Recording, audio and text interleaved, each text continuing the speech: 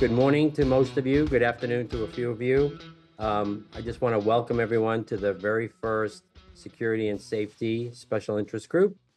And we really started this as a result of members wanting this. And this will be the first of several. And I also would encourage you, if you think we should have something live at the Indianapolis meeting, please feel free to let Anna or myself know. So with that, there's a lot to cover, so I'm going to turn this over to Mike Carlucci, co-chair of this SIG and COO of Clarion. Mike? Thanks, Vinny. Just to elaborate a little bit, to kick off why we're here, I think Vinny covered some of it. I think the other part of this is a time now where, as an industry, we need to come together and start sharing best practices, ideas with our competitors. It's just something that's not getting enough attention. And it's something that we really need to focus on much deeper levels. This is a perfect format. We can share ideas, we can bring in guests, we can bring in speakers. I'd love for it to be a good, a walk-away day, 3 to 5 things that we can implement right now. And to Vinny's point, it's not going away. We're going to continue with this, and we're going to continue to develop it and continue it. So let's kick off. We had a lot of content today. I'm hoping to get through some of it. I will say, housekeeping, mute your phones or lines. We are going to take questions, a Q&A. I would encourage you to put them in the chat, and we'll start reading them off at the end. I'll kick it over to my co-chair, Mike Grant. Thank you, Mike. Recording when we in started progress. talking about putting this session together, it was critical that we brought in some subject matter experts. So with that said, please allow me to introduce our panelists today. First off is Dan Donovan, who's a founder and managing partner with Stratoscope, Ingressa Tech, and Stratus K9, apologies, as well as Freddie Peterson, who's the general manager of the Miami Beach Convention Center, who will have some different perspectives for us, and we will dive right in. Thank you. Mike? Yeah, okay, so let's start with some of the questions. I'm going to go back and forth. I'll start with you, Dan. How vulnerable are we? What are the greatest risks that we see in our events today? Well, I think we're seeing them. We just saw end of last year, we saw a CEO get gunned down in New York. We saw a truck go down Bourbon Street. But we're seeing other incidents, just panic with crowds. We're seeing issues at events that might be security specific or might just be crowd management responsible. We have challenges in this country, socioeconomic, political, location, other issues that we've got to do a better job of making sure that we're prepared for.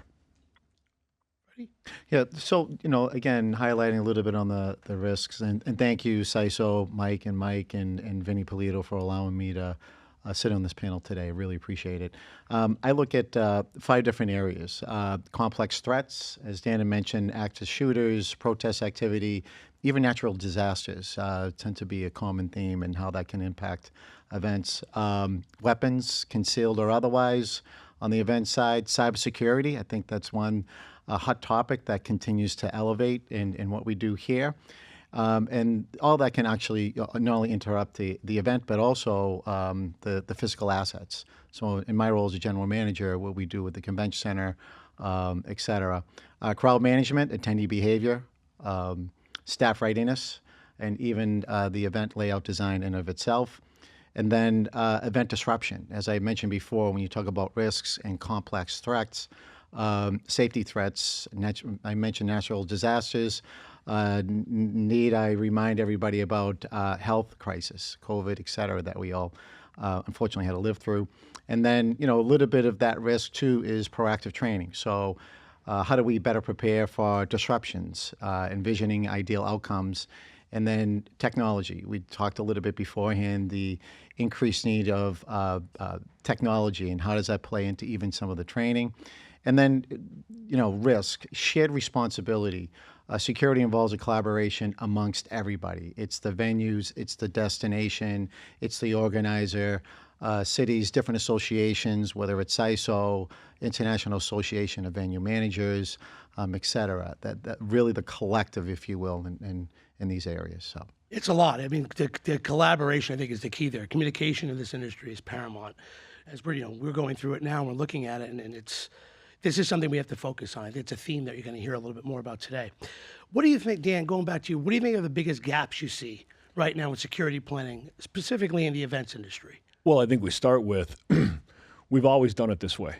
Why do we need to change?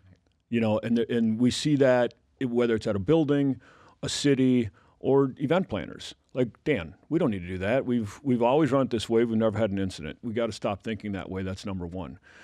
And have to start, budgeting effectively for security. I'm not saying go break the bank, but I think there are little things that can be done to ensure that our planning process includes security at the beginning, because security is crowd management. Security is all the things that Freddie touched on. We have a natural disaster, we have a protest. You're looking at your security team to help mitigate that incident for your attendees. And so getting involved in the planning process early is really, really critical. Freddie, how about you? I mean, I know we're contracting a venue. It's an early process. We start really early, right? And we're building up for the year, and normally we start thinking about it later in the game. What do you think? Where are the gaps? Yeah, exactly what Dan said. It's all about pre-planning, and that includes your budgets. You really need to take a look at that. There's predictability in what we do as far as event and event planning, et cetera, but it tends to be a little bit of an afterthought, and it's more of I would call it a bit of a transactional approach. And I think when you think of that as treating security as an obligation as opposed to more of a comprehensive plan, and how that leads into how we prepared across the board. And then, delayed security involvement. So again, there are times with different events, we host over 100 events annually at the center. It tends to be too late in the game. And then we're constantly playing, kind of catch up. We start to look at research and some of the behaviors of some of these events. And then, again, gaps, verification, accountability is just really, really important from a venue perspective. Really emphasizing the need for verifying attendees' credentials, exhibitors, and even the labor. So, what's monumentally important to me as a general manager in what we do is not just what happens in the front of the house, welcoming our guests, exhibitors, et cetera, but also the labor. If you look at the labor call, very temporary in nature. How do we look at that? How do we engage different types of technology? Exhibition Services and Contractors Association. I have a badge program in the center that really works on the labor side, which has been very, very fruitful for us as we look at having that safety, security first component of what we do, because it does come down to, when you talk about gaps, it's also your reputation. So if something does happen, and it will, were you really, really prepared for that? So I think the more that you prepare and you identify those gaps earlier on and you try to mitigate as best as possible. If I could touch on that, Freddie, I think you bring up a great point, because in the security business, we are responsible for your brand and reputation risk. We're all in the same boat, right? We want to make sure that your attendees walk away with that message that your objective of your event, whether it's a concert or a B2C show or a B2B show, right? So we're all responsible for that reputational risk. So everything we do has got to start with, what decisions are we going to make that are in the best interest of the event and of obviously the guest experience, and the back door. I mean, there are things that can be done at very low cost that we can implement to make sure that the back of house is secure, because that's a high risk area. And we did it during COVID, right? We made sure that every union, labor, temporary worker had to have names and credentials, right? And then as soon as COVID went away, we went, oh, that's too hard. Yeah. Yep. The union's going to get upset. Well, wait a minute, we already did it. So it's really critical to have that back door. Yeah, and maybe just one more point too. I think, responsibility, Dan, you had mentioned that. Just a broader responsibility. It's just not coming from a venue perspective. It's not just coming from my client perspective. It's also the Convention and Visitors Bureau. It's also the hotel community, and it's also your first responder community. Yep. I think that they're all three of those areas. Again, the hotel community, other venues that you all may contract with, the Convention and Visitors Bureau, but the police department. They are an invaluable resource for you, and they are there There are liaisons with a lot of the venues, a lot of convention centers, et cetera, that are there to help support you.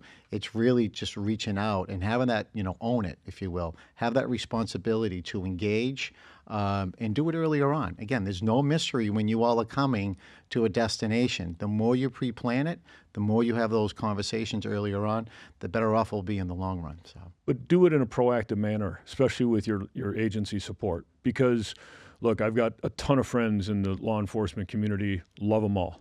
They are trained to be reactive.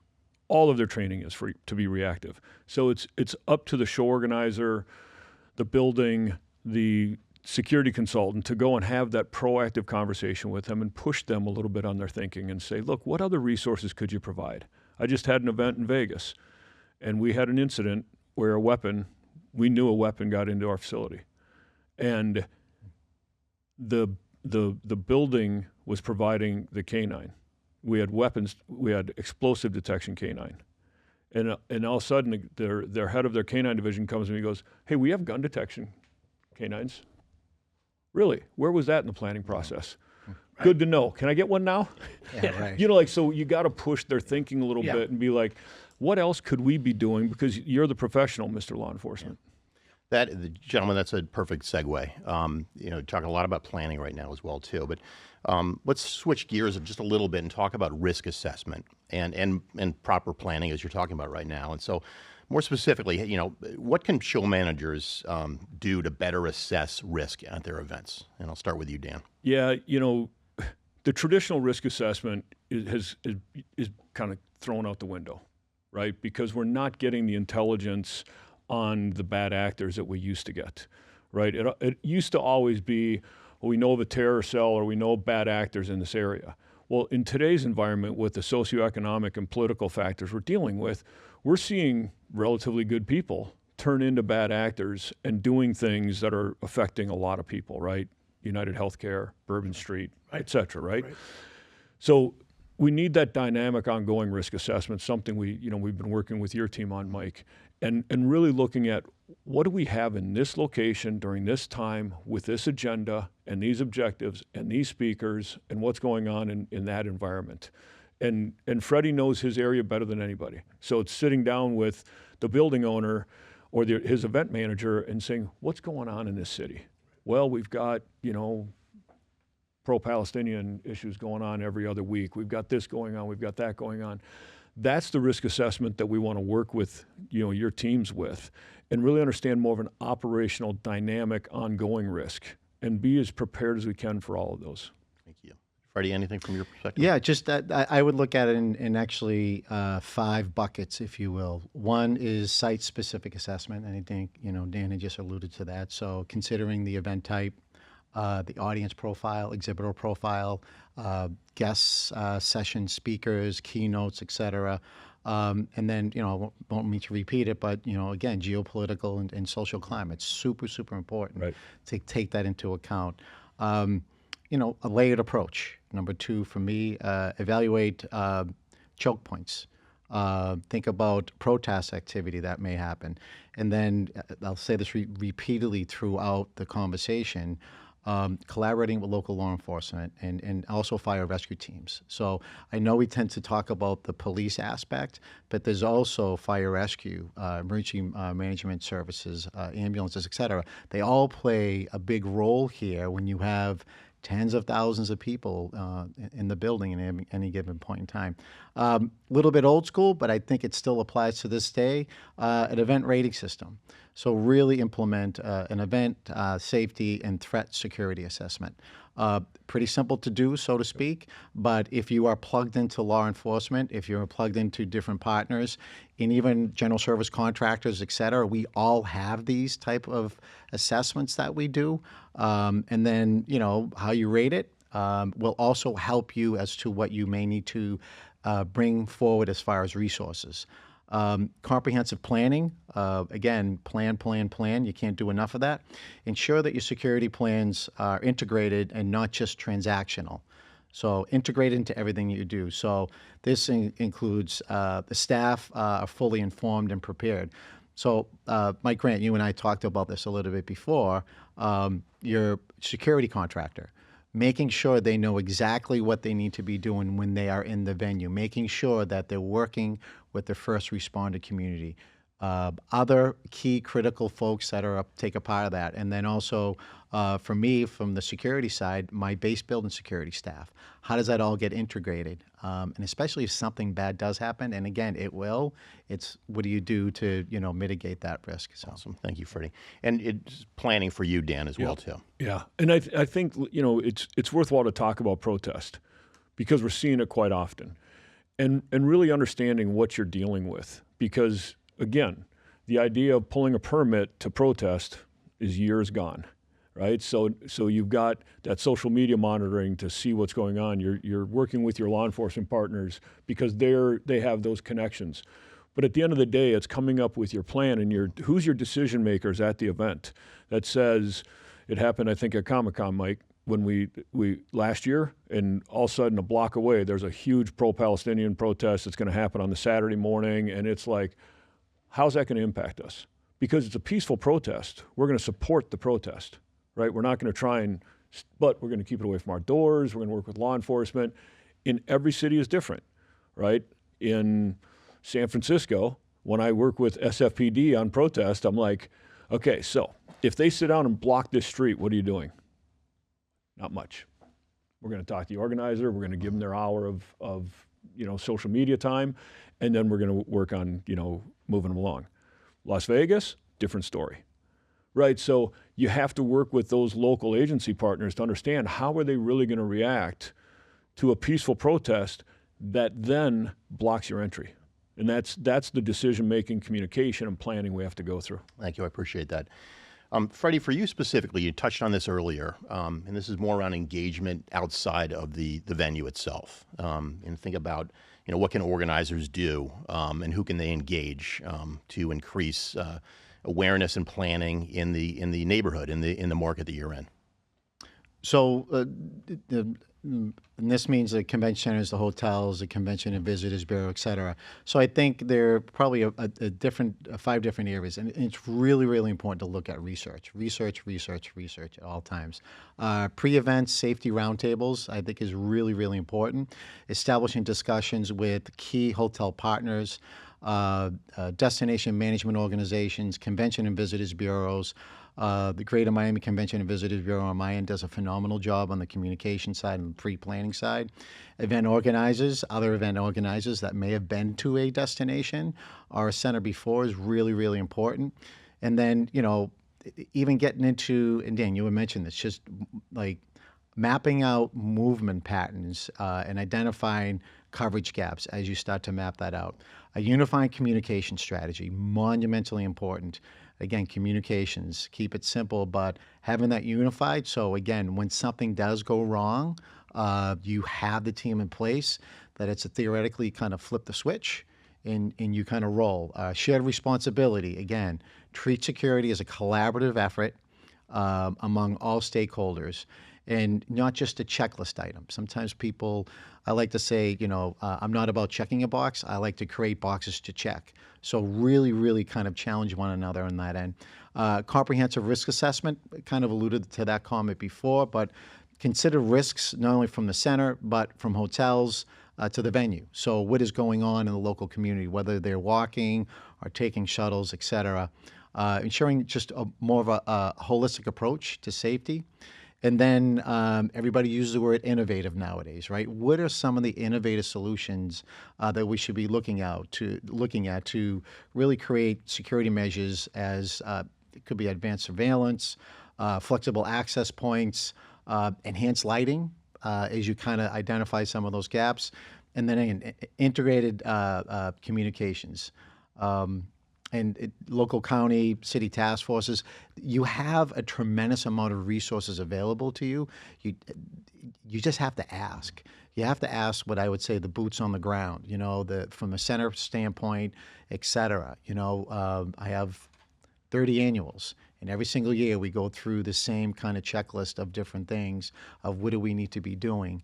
And it never gets old because you all, for event organizers, are changing whether it's exhibitors, off-site events, et cetera. So it's just kind of just making sure that we integrate as much as possible on that end. So, But and I agree completely. I would add to that, you're bringing the event to that city, and you're coming year after year, whether it's Clarion or Reed.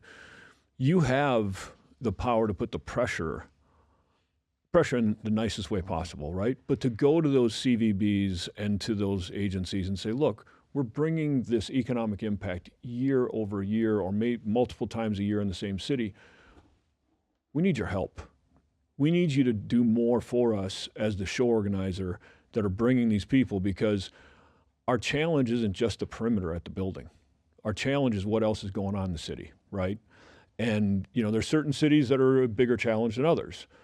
But that, I think in the last couple of years, we've seen more and more of that with our clients, to say, let's put some pressure on that, on the city, all the agencies that Freddie talked about. What can you do for us? We're bringing all this to you, so help us out. And then that changes kind of the way that when I go as your security representative and have that conversation with the agency partners, they've heard from the mayor's office, hey, this is Clarion's 15th time being here in the last 7 years. We need to help them out and give them what they need. It's not just, hey, it's another $150 an hour for an officer. Thank you. Yeah, I think, it's funny, just to cover some of that, what I'm hearing, is there are resources available that we're probably not taking advantage of, right? So that's number one. 100%. Second thing is communication and planning, right? So getting security involved early. One of the things that we learned was, and we're going to look at this moving forward, is we'll do site inspections for the properties that we're at early on in the process. Going back to what you said about spending money effectively and efficiently, right? It's not always about breaking the bank. It could be about resetting what you're doing to make it more effective and efficient. I think bringing security or someone that has that capacity early in the beginning stages, because I'm thinking about, like we talked about this briefly, opening up specific doors, not having all the entrances, like enough for the fire marshal's okay with egress, Right. But stuff that we know we can control. So it's about looking at the plan early on. It's not just, this is what we're paying each year, right? It's something that touches all of us. I mean, if it's something happens at any of our events, right? It's a trickle down through the industry. Yeah. But I'm hearing that there are resources that are available to us that we have to dive into right away. I like the idea of scale and power. That's great. But even if you are a small organizer, association, or corporate, same thing applies. Yep. And I think the other thing for me, and it's something that I've learned that we're going to incorporate, you brought it up, is basically bringing security with us in some of those, at some of those earlier stages, right? Start from the beginning. Because if you do that and you're bringing the building in, you have a plan. It's like it's a focus. It's a strategy, right? It's like it's an operating plan on the security side from day one. And I think you can learn a lot more and use it much more as a tool or resource when you are engaging with the city and what have you. Mike, it's even when you just got your block plan, for lack of a better term. I'm going to do this over here in this ballroom. I'm going to do this over here. Registration's going to be over here. Once you get to kind of that level, bring your security team in. Hey, how does this work for you? Well, you just created 20 more doors that I have to manage credential and access control for, or if we're doing screening or whatever. How about we change this a little bit? Let's get down to 4 or 5 doors, because that's going to save your budget, and I can put, 1 or 2 people down and cover the rest of these doors. Just a simple example, right? So once you get to that kind of how it's going to flow, kind of how you're going to lay it out, that would be the time to bring in your security consultant or your in-house person, building people, and say, help me understand how I can, do a better job securing this. It's always going to feel like, well, it's inconvenient for the guest to have to walk this extra block to this door. You know what? The guest is going to appreciate it and go, I appreciate you making it safe and secure for us. I agree with that. And look, I pre to post planning. It just doesn't happen 3 days before that you're starting to look at your security plan. That'll inevitably happen, but it's what you do months or a year in advance leading up to your event. I think we're saying the same thing, but if you are sending people to the destination, to the hotels, to the offsite gatherings, to the convention center, if your team is there, all they need to do is ask a couple of different questions as a part of their site visit, whether or not they have a safety security professional with them. Just getting that information and asking people for their emergency preparedness plans, et cetera, and getting that intel. Even for, again, I go to the general service contractors. They have a lot of that information that they do as a part of their daily as well. But it's, if you don't ask, you don't get. And they should. I would highly recommend, show organizers, event producers, et cetera, make that a part of that checklist, those questions that you ask earlier on, so we're better armed, even for us from a venue or destination perspective. We have this event coming in, let's take a look at it and kind of do that event risk assessment. So the more that you're there, the more that we can help prepare you. And again, as Dan and we keep saying, providing those invaluable resources that are there at your fingertips. Well, let's talk about some security in action, real world case studies, right? Can you give us, I'll start with you, Dan, give us a story where a good plan saved the day that you've been a part of. There's a long list. Or where a plan went sideways and we had to rally. Right. Look, one of which that comes to mind, because we had an incident take place that wasn't a security incident, became a security problem. Okay. So we're doing a big event in San Francisco, 30,000 attendees, and the number one objective of that event is that first day, first morning keynote by the CEO, right? And we want that thing to go off perfectly. That's why that client's spending all the money for that event. So we've got registration happening, and we know we're going to have lines, but this keynote's first thing in the morning. So the key is, how are we going to get everybody through credentialing and then to the keynote and then fill that room and get everybody elsewhere? We have contingency plans for what we're going to do with those lines. Well, sure enough, first thing happens, registration goes down, internet goes down, they can't print badges. So now we're stacking them up on the streets until they can catch up. Security becomes the savior there. It's not a security problem that registration went down, that the IT went down. Right. But because it happened to be our team, a team in place that had these contingency plans ready and could throw resources at stacking up 10,000 people out on a sidewalk in a street that was partially closed. And then we could, as soon as things came back online, we could moderately get people back in and flow. It was safe. We didn't create bottlenecks. And frankly, the feedback from the attendees was, I didn't even know there was an issue. It's even better. Right. So and we still got that keynote full and we got everybody into where they need to be. That's where sometimes, in some of our clients don't understand the role of security. We become your ops team, right? We're not the production team, but we're the ops team that's going to solve those types of challenges with you on site, and we're going to have the right decision-making communication planned out in advance to say, hey, registration went down. We're like, great, we're going to stack them up this way. You tell us when you can take this many people. We're going to feed them in, and we're going to make this work. Yeah, it's funny. Thinking about how we do business and how we manage and produce these shows, I've put a much closer eye on this more recently. And this isn't scripted. This is just me just having a discussion. There's so much happening. We're opening a show. Things are coming in. Things are going out. People are coming. We often rely on our ops team to sort of jump in and do all of this, right? Right. I don't know if that's effective or if it's possible, right? I'm not saying we can't get by. We have been getting by. But I'm worried one day if something does hit the fan and we don't know where everyone is and what's going on. That's why I think that pre-planning and getting involved early and whether you have a consultant or not, at least do some of the things and exhaust some of those resources so that you are better equipped and prepared on site. And I do love the idea of you guys are the ops team, right? Yeah. You're looking at things a lot differently. And I'm walking the show floor with you. I'm thinking about normal trade show stuff. You're thinking about points of access. Are these lanyards there? Are they easy to grab? Or can you just grab a lanyard, hold it, pretend like you have a bag? Like the things that I've learned it's a different eye. You guys are the experts. Security is the expert. They're thinking about things differently. We're thinking about the experience, getting in, getting out. Right. You guys are planning behind the scenes for eliminating a threat, hardening a target, or the what if something happens. Yep. Right? So if let's talk about that. What if there's an emergency, like a crowd rush, a bomb threat, an active shooter? What do we do?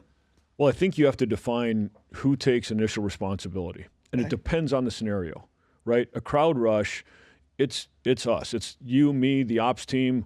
We're gonna make really quick decisions together, so we've got to plan through that communication process. We can't be on WhatsApp and Signal is the app of the month. We can't be app-based. We got to be, direct communications, right? So we have to have decisions early. We get a panic, happens regularly. Am I giving up that perimeter?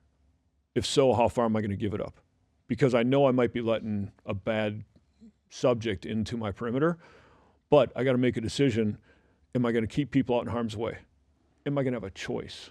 Because I probably don't have enough staff to stop, 5,000 people coming at me. So that's something that we as event organizers are responsible for. Now you come up with a active shooter or a suspicious package that turns into something that a canine unit, alerts on. You've lost some control now, right? Now you're turning to your agency partner and you're letting them lead that response.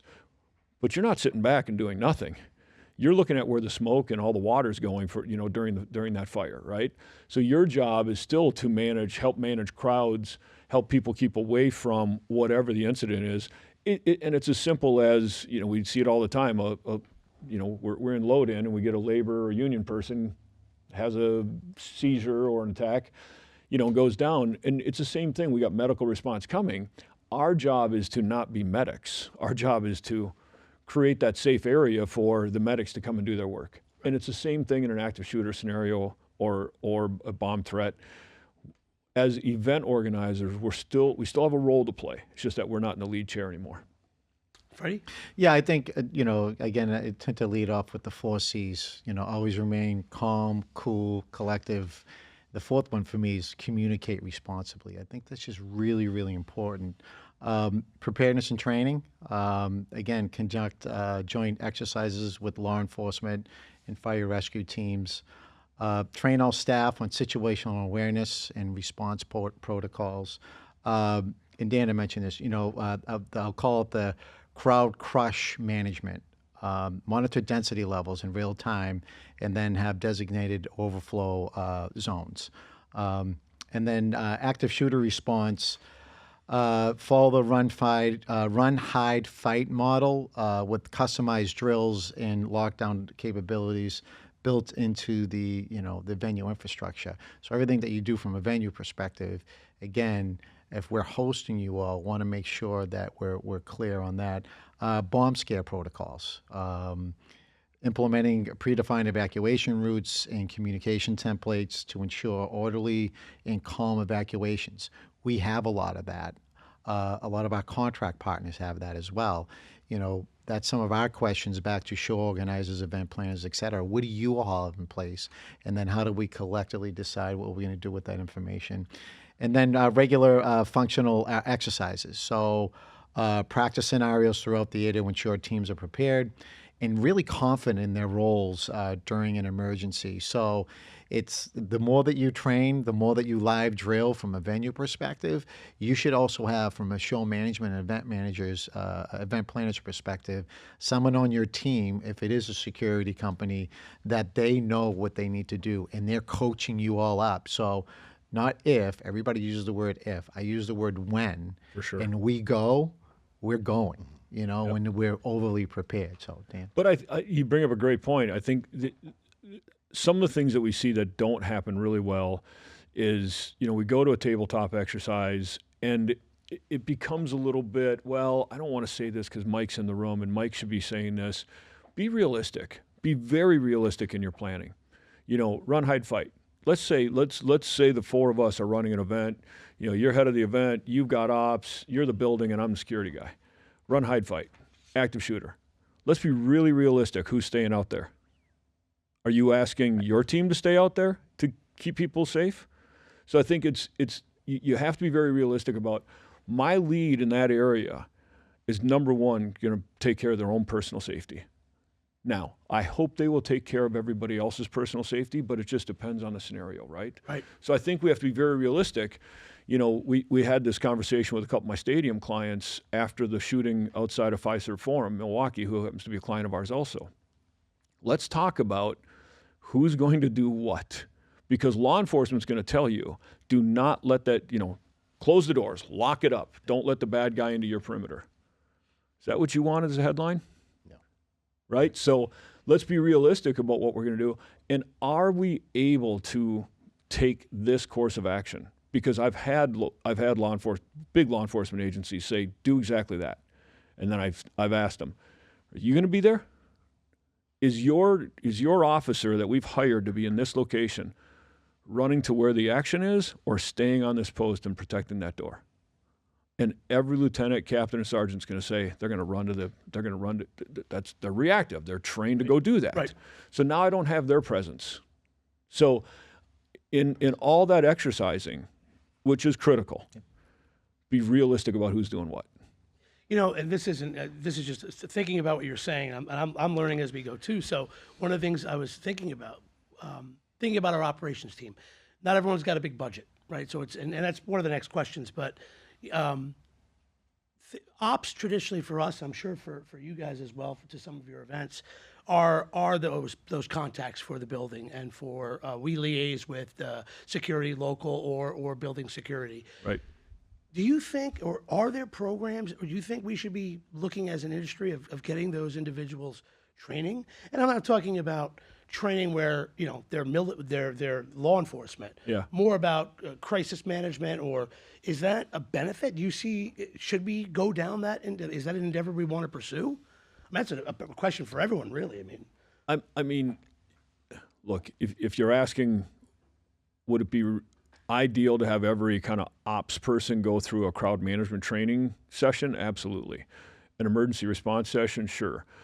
I think it's got to be something that really benefits them long-term and is very realistic to their role. Got it. Because your head of production at event A, B, or C, their task in an emergency situation might be they've got the keynote room or they've got the concert space, and they're looking at lighting, audio, and making sure that just that room's safe.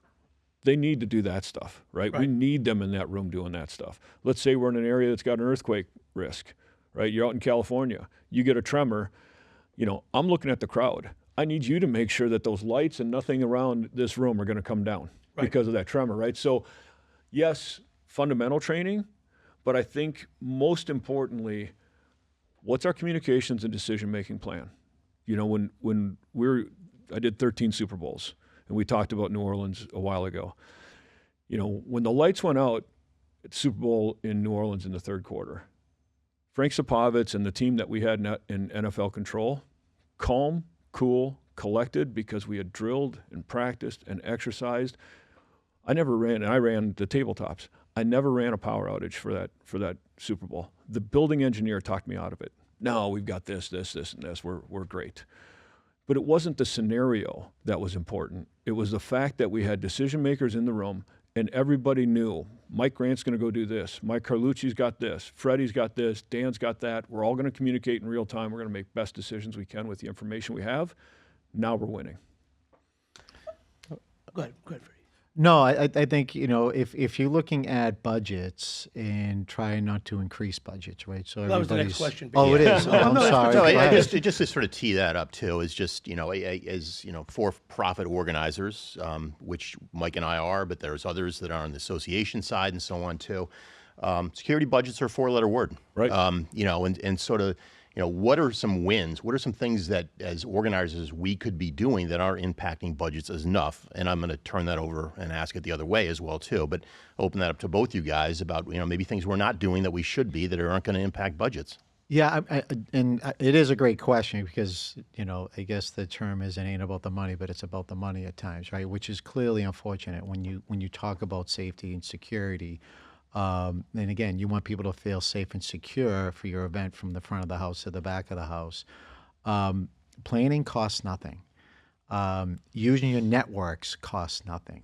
Reaching out to different venues, different customers, even if they happen to be actually competitors, there's nothing wrong with asking if they've been to a destination, a venue before. You know, and it's also, I think it's really important too to create a culture of preparedness within your organization. So if you do have that mindset of safety, security first, and everything kind of will fall into place, you can do, you know, again, early communications. We talked about this before, you know, what you're doing preparing for your event to come to a destination. So from wheels down to wheels up, from the airport, et cetera, what is that experience? What is that like? So again, communications. Staff and volunteer training. It's not just on the venue. It's not just on the security company that you hire. It's your staff in total, the show management, the event planners, show organizers that are actually going to be on site throughout that entire event, I think is really important. Dana mentioned it before. I had mentioned it. I'll call it smart credentialing. What do we need to be doing that, clear roles, coded badges, limiting access, reducing unauthorized movement, especially sometimes in the back of the house, and get a little bit tricky at times. And, you really want to tighten things down. But that's inconvenient, Freddie. Yeah, I know. Sorry. No, it is. But then when something bad does happen, right, then they 100%. look at us, right? But that's the first complaint we get. yeah. Oh, but that's inconvenient. Thank you, Freddie. And just to turn that around, though, too, I'll ask you this, Dan, is for those looking to invest into security, where's the biggest bang for the buck? What should be, as organizers, what should we be looking at and targeting right now? I mean, do I get a blank check here? Well, to some degree, yeah. Look, I think number one is what posture are we trying to define, right? And if let's say you've got a show and you've already got contract security staff there, and you're spending $50,000 on that staff. Unfortunately, in our business, the contract security companies, they really don't manage themselves really well. They're in the business of just producing bodies. So earliest bang for my buck, how do I add a management team that is really focused on those guards? We call them zone leads, to come in and make sure that I've got this area and I'm working with whatever staffing company we have in this area and keeping those guards on point. Because the worst thing, the number one thing I don't want is Mike Grant walking through a show and he spent $100,000 on security staff and they're on their phone, they're not paying attention, they're asleep. Unfortunately, the quality control side of that, you can never count on the guard company, the staffing company, to do that well. So least bang for your buck, a couple of senior people that are just responsible for managing that security staff. Doesn't cost you a lot, right? Then I would, go up from there, right? What is my access control plan? We implemented some new credentialing for you at a big event and it paid real dividends, right? So credentialing, it costs a little more, but let's really put thought and planning into how we're going to control access at all parts of the event. And then I'd step into screening, right? Because now I can really start to look at, do I have a clean perimeter? Do I have a clean event space? And then go into, the next step of having like a consulting team like ours that brings in the whole operations center, and now we've got the assessment team. So, it's gradual, and I think every event is different. I'm not going to say that what you need at JIS in Miami Beach is what we do for Google and Salesforce for their 40,000 person events, right? But there's pieces of that, and Freddie talked on no budget conversations. Decision-making, communications. Decision-making, communications. It takes time, but those are people that are already in the planning process. Right. And now we bring in the building, and now we bring in their agency partners, and we bring in their contractors. And let's really talk through, if I've got to dump this space, who's making that decision? How are we doing it? Because a lot of our evacuation type things are things that we've got time to do. They're not, hey, we've got a package here and it's about to go off because it's got a clock on it, right? It's typically evacuation for safety reasons, and we can do it in a methodical process and a safe process, and a great way to do it for an attendee. I think switching gears too, that's perfect. I think going back to, and this may, you brought it up earlier, and I saw a little passion there, so I don't know how much you're going to like this question, but designing for safety without disruption. Right. So how do we implement security upgrades without really sacrificing some of those event experiences? I know it's they can walk an extra block, or I agree with that. I do. Mm-hmm. But as organizers, we're always thinking about the experience soup to nuts. So you said it earlier too. If they don't see it or feel it, and it's being done, it's a win. Right.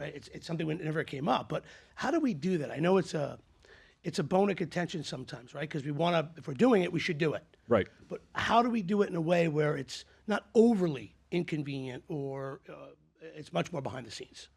Well, I think it goes back to start in that early design process, that early planning process to say, what's the posture that we desire to have for this event? And how do we implement it without, quote unquote, breaking the event, right? I don't want to break the budget. And I also don't want to create a guest experience that is really negative, right? Look, I can secure any venue you want. It's going to be long lines and it's going to be ugly, right? But there's ways to do it without long lines and provide a great guest experience. And just looking at different ways of doing things, different entry points, less entry points. We start to implement screening with today's technologies like that our Ingresso Tech team has. The AI weapons detection is phenomenal. We now have AI X-ray technology. It's phenomenal. So does it cost? Yes, but bang for your buck. We can do a lot to secure that perimeter if we're involved early in the design process. And now we start looking at arrival patterns and we start saying, okay, on day one of the show, we're going to have 10,000 people are going to show up in an hour. Okay, let's plan accordingly for that. We're going to need this much space. Can we condense down after day one? Possibly. So there's ways to do it that can be non-disruptive and be very complementary. And at the end of the day, most attendees, guests, fans, whatever type of show we're doing, expect it. And so they're saying, if they're coming to a show and they're looking around and going, wow, there's nothing here. They're going, I don't feel so good about that anymore. That's interesting because, it would be the opposite years ago. 100%. Right? So well, I do feel protected. It was like, I think it's appreciated much more. So we have to think about that. It's an experience now that it's something they're after. 100%. Right? So we can't think, they're going to walk an extra block, an extra 2 block, an extra 300 feet. There's peace of mind, right? To know that we have it covered and that there's an actual plan in place. Well, and I think it's a mindset. You bring up, you're exactly right, Mike. And it's a mindset. Think about post 9/11. DHS, TSA became, all of these agencies, and we said everybody's a bad guy until you go through some sort of process that we approve of, and now you're inside of my perimeter and you're a good guy. We've changed that 180 degrees. Right? We've got technologies and processes and ways to get people in to say, that's a good guy, that's a good guy. He alerted, something might be wrong here, but we'll double check it, that's a good guy. So we're changing the whole guest experience while applying a security layer to the event that they expect and that they want. Our guests at all of our events, if we don't do it the right way, they stop us. And we're like, hey, no one checked my partner's bag here. Yeah, it's okay. It's okay. The technology did it. Oh, really? Yeah, it's fine. You're good. Come on in, right? So there's an expectation to do it and to make sure that those attendees are safe. That's a great point. Freddie, anything to add on that one? No, I think when you talk about advanced technology, early security liaison is important. Table talk exercises, a little bit old school, but again, I think it's fairly relevant nowadays. You mentioned facility design and renovation. It's also looking at utilizing existing resources from a venue perspective. So again, the infrastructure that we have in place, the tech that we have in place, and then surveillance systems, and then just even basic communication tools to see what's out there too. Let me have access to your video surveillance at your building. Like that saves money on the show organizer. And I have again, that's a discussion, and there's no issue with that because I'd rather have my command center person in there or people in there with someone from the show side, because my security person may see something differently than 100%. Than you, Dan, on your end. So, and you may see something on one of the 30 monitors that we have that we wouldn't really necessarily pick up. Right. Because you do have some of the events that we host have some bad actors that will show up and try to do something. I think it's a key point. Really important. Like you should be talking to every one of your buildings and look into what video surveillance they already have in place and say, how can I have access to that? We are, just for the audience, we have a ton of questions here that we're not getting to, but we do want to leave time for Q&A. So we can shelve some of this, possibly come back to it later. But Mike, I think you wanted to. Yeah, I just really, this has been a great conversation, but I do want to leave the audience with 2 or 3 takeaways. And if you'd both add, what you think some critical information would be to wrap this up would be great. Well, look, I made the notes. It's all things that we've discussed because I'm going to stay with the least budget, impact takeaways. We talked about access control, credentialing, the back door, labor, union. That's high risk area that we've got to do a better job with. Planning early. Get your security team, whoever's got that brain in your team, responsible. Critical, I Get agree. them involved early. Because look at your overall crowd flow plans. That's critical, and that'll stop the bottlenecking. And then it's what's my incident assessment team? What's my incident management team at every event? Who are they? How are they communicating together? Who's going to make what decisions? And how do I include my building and my agency partners in that team? And practice it, but be realistic about that practice. Takes time, doesn't cost money, right? Define my perimeter. And then look outside my perimeter, right? What is my guest experience from the hotel all the way in, and how can I leverage those resources that the city has? Doesn't cost me money. Yep, that's And perfect. Freddie, anything from you? Yeah, just a couple of things real quick. Early involvement, again, from a venue perspective, the Convention and Visitors Bureau, the first responder community, that includes police and fire. Holistic risk planning, so again, hotels, transportation routes, et cetera, public spaces. We already talked about risk and threat assessment, seeing where you rank on different levels and then respond accordingly. Realistic training, so train staff as if the scenarios are real to ensure preparedness. Design for trust, so integrate security measures that enhance, not hinder the guest experience. Ongoing conversations, continuously discuss, and again, this goes into this culture of preparedness, safety, security, emergency preparedness with all stakeholders.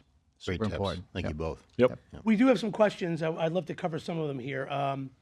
Some of these are, I'll start, and Vinny, one of your questions was the last question we didn't get to. What technological advances can we expect in the next few years?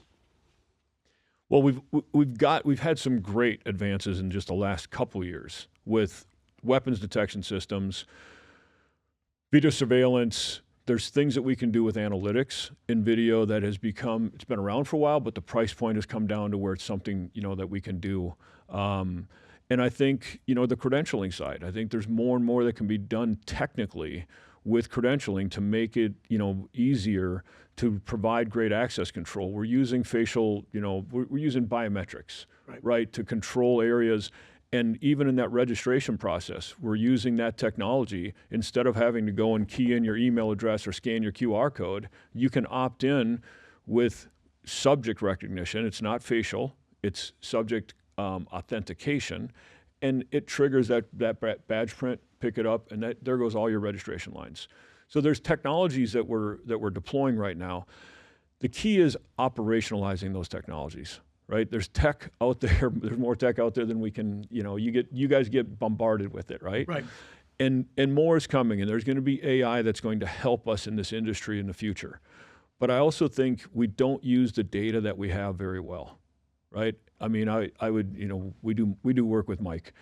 We do screening at some of his events, right? So we've got the data as to who's coming through, how often, who alerted. We've got that data. He's also got registration data. We've got, sometimes you're collecting data at your expo area, and we can develop more of a crowd flow pattern. If we're doing video surveillance, it's really easy to do crowd counting with that technology. I don't think we're using that technology very well because we all have different pieces of data. We're not putting it together and painting a data picture. That's something that we will start doing, and we're going to do it for you. Thank you. Yeah, look, I think from my perspective, flexible spaces. So I think really as you look at, from a show organizer's perspective, I always say you have a blank canvas, you create on that blank canvas.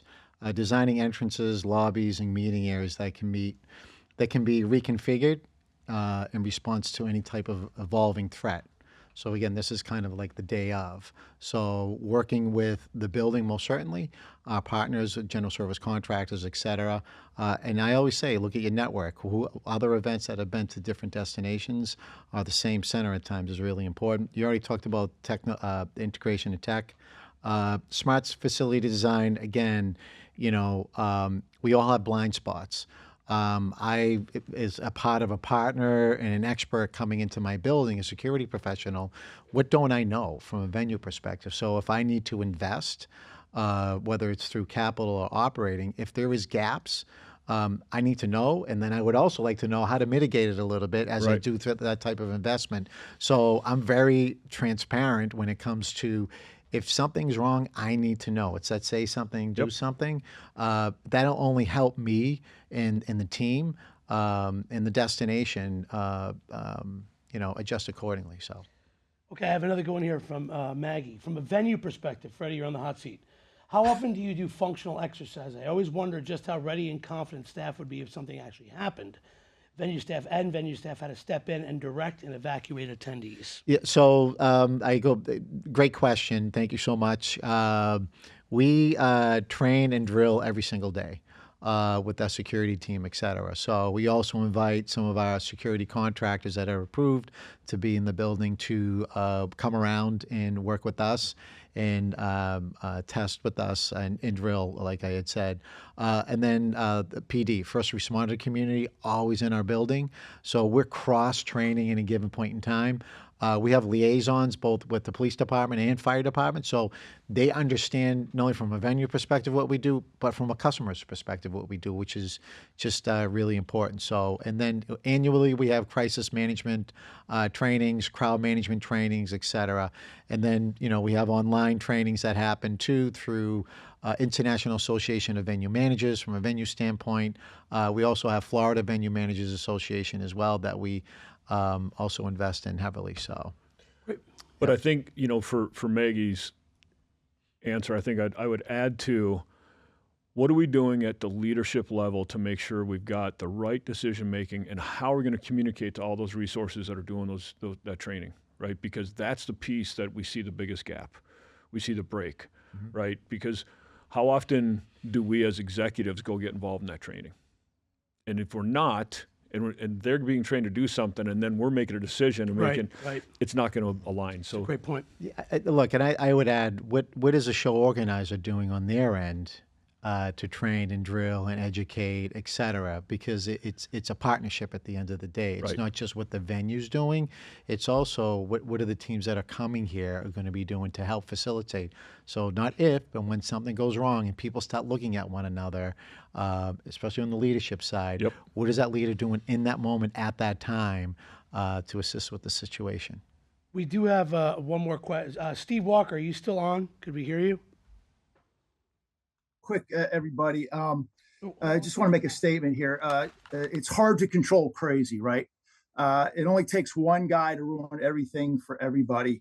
And as we kind of talked on the call here, the security teams, facility organizers, the outsourced facility teams have a really heavy weight on their shoulders. What's the ratio of security person to attendee? 1,000 to 1, 500 to 1, whatever it is, it's a very big task. And so what I'm trying to say here is I think we need to include the attendees and the exhibitors in the equation. And a few years ago, we used to see all around the place, if you see something, say something. I don't know that we see that too much these days, but I think we need to kick that back up to the forefront of our attendees and exhibitors, and the whole show, everyone that's involved in the show, to make everyone aware that, hey, we're in a different time and we really got to look out for each other. So I didn't hear a whole lot of that on the call. Yep. But I think that's a pretty important part. He's saying, and just for the Yep. panel, did you hear him, Dan? Okay, Yeah. good. I heard him too. Yeah. Listen, see something, say something. It's like everything else in this country, right? We have an incident, we react to it, it's a priority, and then 2 years later, it's not anymore. See something, say something. I couldn't agree more. Should be the first thing they see when they go to get a ticket, pick up a badge, whatever. I would have it printed on the back of every credential. There's no reason not to. I'm not saying your guests are really looking at their credentials very much, but if you are credentialing people, and especially staff, it should be on there. Sooner or later, their badge is going to flip over. They're going to see it, and they'll be like, "Oh, these guys, they have a way to for us to report." And then, in the building, sometimes the 411 or they've got Yeah. house phones Command right to the center. command center. Yep. Hey, I saw a guy. He looked odd. He's got a bulge in his jacket. I just don't feel comfortable with it. Let us know. We want to know that. Yeah, I mean, it is truly a shared responsibility, and I don't know who the caller was, but Steve Walker. yeah, I mean, great credit to Steve. Exhibitor attendees, you know that again that it's really old, but see something, say something, very traditional, and it's just again a shared responsibility, not from. It's not just the security, the first responder in the venue. We all want to be safe. We want to be in a secure environment, and having that shared responsibility is just really, really important. So. There's one other question. I know we're out of time, but it's from Vinny. Asking for my smaller members, as a small member, how much cooperation can we expect when we aren't a citywide? Smaller venue, you mean Smaller event. smaller event? Yeah. I mean, you have to ask. I think that's what it really is. We have, I go back to, we have the resources from a destination standpoint, from a convention and visitors standpoint, and most certainly from a venue standpoint. It's what is the threat and risk assessment that as I would ask the question, well, what is your threat and risk assessment right now? Where are you at? No matter how small, supersize to, jumbo size. Where are you at on that threat assessment, and how can we assist and support in any way possible? But I would add that the takeaways that we mentioned that have little budget impact. We look at that whether it's 1,000-person, shareholder conference or executive group, or a 40,000-person. It's the same issues. What's my communication decision-making group? How am I going to make really good decisions if I have an incident? How am I securing that perimeter? What's the back door look like? Those smaller events, all of a sudden I got all the kitchen staff coming in the conference. I mean, what am I doing about that? Am I good with that? Have I talked to the building about those people? So there's simple tasks that I can do regardless of the size of the event to ensure that I have looked at all of the different risks and possibilities and have a plan to mitigate them. Well, I was just going to say, I want to thank you. I know we run over a little bit as well there, too. I do feel the subject matter is so critical to what we do that if the interest is there, we'll continue to do this. But I want to thank the panelists. I want to thank you, Freddie and Dan, for your insights. I think very, very valuable stuff. Mike? Yeah, again, this is we could have done this for hours, and I think we're trying to get as much in as we can. There's a lot more to cover. To Mike's point, I don't think this should go away. I think this should be elevated. I think we should be talking about this. And Vin, you mentioned it earlier at in Indy at SISO leadership. I believe it should be there. I want to get this industry prepared. I want to collaborate. I want to break down those barriers. Not about competition. It's about best practices and doing this together. So we're protecting our people, those that are coming to the events, and our industry. So thank you all for today, and thank you everyone behind the scenes for helping us with everything. Appreciate it. Thanks for having us. Really appreciate joining. And Mike, we've got that Event Professional Summit, and we'll open it up to anybody that wants to come because we're benchmarking, we're sharing everything we can do to help with different event security professionals. It's not just my team. We're trying to get everybody involved. Thank you. I will say we'll share Dan and Freddie's contact information too through CISO. If there's any follow-up, feel free to reach out to Mike or myself, or if you have a direct question, you can go to either one of those. Thank you all for sticking with us. I know we're over time. Appreciate it. Take care, guys. Thanks, everyone. Thank you.